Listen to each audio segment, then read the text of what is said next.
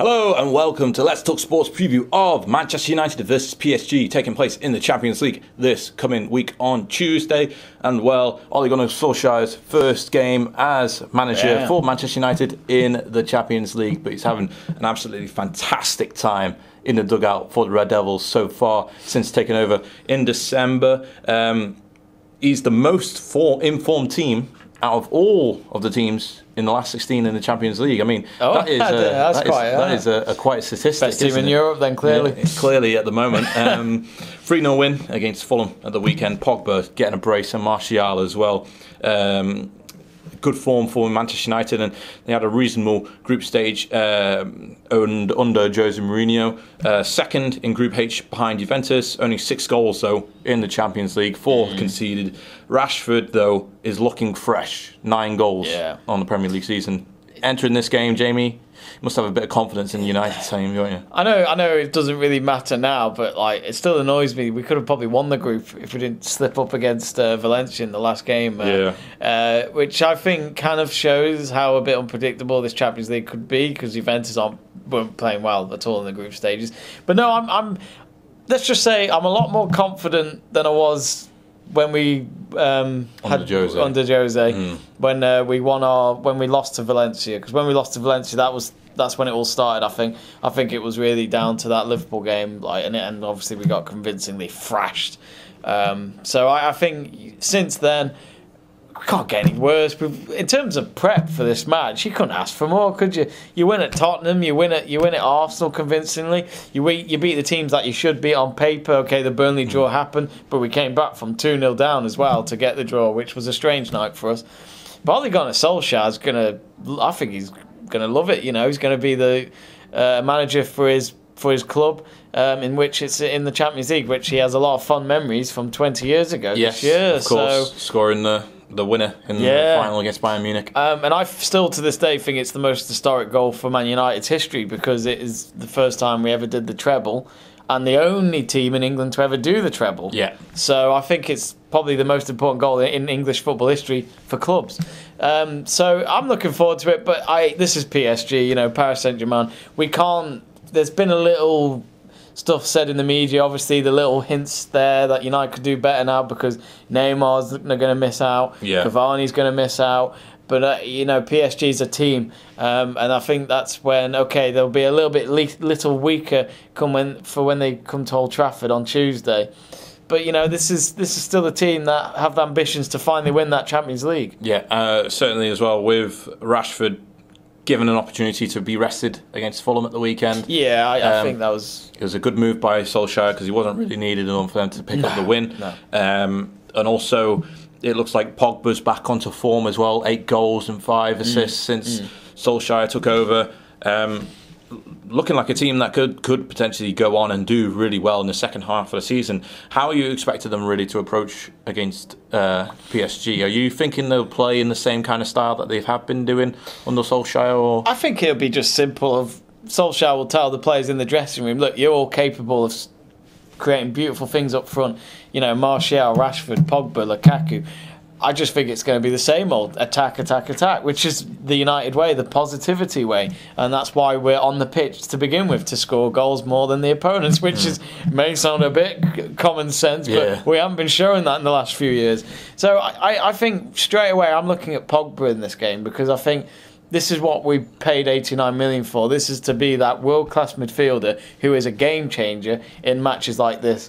And I think Pogba will be relishing the challenge, because I think this is the first time since he joined United where he's probably the happiest, he's probably the most confident, and he's up against a French team. Now, to him, I think him and Martial might have that little bit of home where they feel like we want to really beat these. This is PSG, this is where Neymar and Mbappe and all that play. And they know what Mbappe and all that are like by being in that France World Cup team. Well, apart from Martial. Yeah. Sorry, Anthony. But you might have proven it now. But I think as well, my main concern is Lukaku, because he just hasn't really picked it up. Hasn't been firing, has he? No, but he's done other things in the background where he set up 2 goals against Arsenal in the first half of that FA Cup. But it's just little things here and there where we could really just do with his goal scoring in this Champions League time. But as the team has shown, what I've really enjoyed about the United team is that it's not just down to one man. We're getting goals from different kind of players, even Lindelof. So it's working out. But yeah, could not be more happy than I was over a month ago. It's certainly an exciting time really for Manchester United. Haven't reached the quarter-final stages of the Champions League since 2014. So 5 years is a long time, certainly indeed. I was against Bayern Munich. And the side that they're playing against this week is PSG. Thomas Tuchel's side, former Borussia Dortmund manager, managed to get themselves a 1-0 win against Bordeaux at the weekend. Cavani penalty. However, Cavani may be missing this game. He's got an injury. Verratti could miss this game. He did miss the Bordeaux game, so there's a chance that he was potentially being rested for that. For this tie ahead. But one person that will be out, or two people that will be out, is Thomas Meunier, the right back, as well as Neymar, who's out with a ankle injury. So it's a bit of a difficult situation for them. 10 points clear in League One. Ligue 1, sorry, should I say. Get my French right. I would say the other way. And of course, the most dangerous player on the pitch is the player that you mentioned, the youngster, the 19-year-old Kylian Mbappe. 18 goals on the season, I think, so far for PSG in the league. I thought he'd have got more, you know. What can United do to stop a player like him?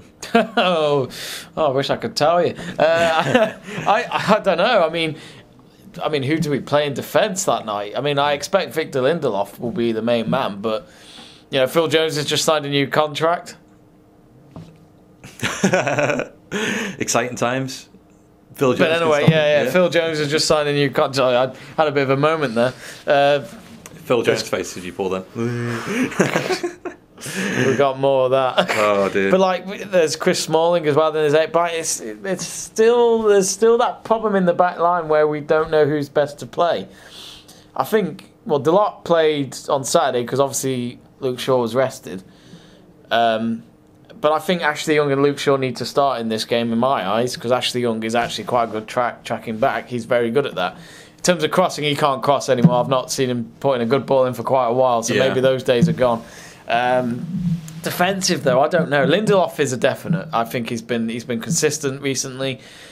But again, it's going to be one of those games where Mbappe will know that it's going to be difficult because he's up against the best keeper in the world. You know, Mbappe might actually have a really good game come Tuesday night, but still not score. You just don't know. De Gea could make more world-class saves, and then the typical hashtag Dave Saves appears on the trend again on Twitter. So I think there's a little bit of worry there maybe for Solskjaer, but you know, I think Phil Jones has got to prove it again. But, I don't know. Does he need to prove it? Because he's just got a new contract extension. It's a strange one. Yeah. So with Cavani and Neymar, Cavani potentially missing the game, Neymar definitely out. Di Maria is going to be playing in this one against his former team. Oh, wow. I mean, certainly could be an interesting addition to the team. Do you think the vast difference between a player like Di Maria and a player like Neymar, do you think that's something United could handle? Do you think Di Maria is a player United can handle right now? I don't know really. I mean, Di Maria is such an on and off player for me. I went to a PSG game back in October and I forgot he was on the pitch.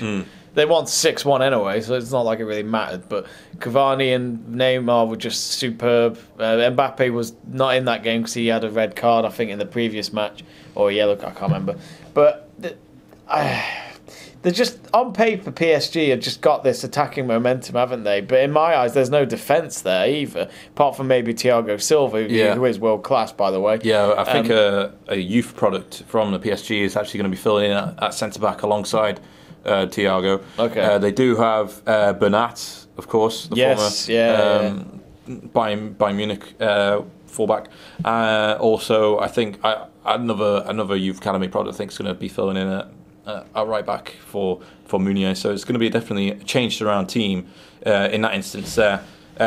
Fifth most in form, 2 losses in the last 10, so not too many, but still quite a lot for a team like PSG. Well, they lost to Lyon, didn't they, the other week as well, and that's without Neymar. So, you know, this is...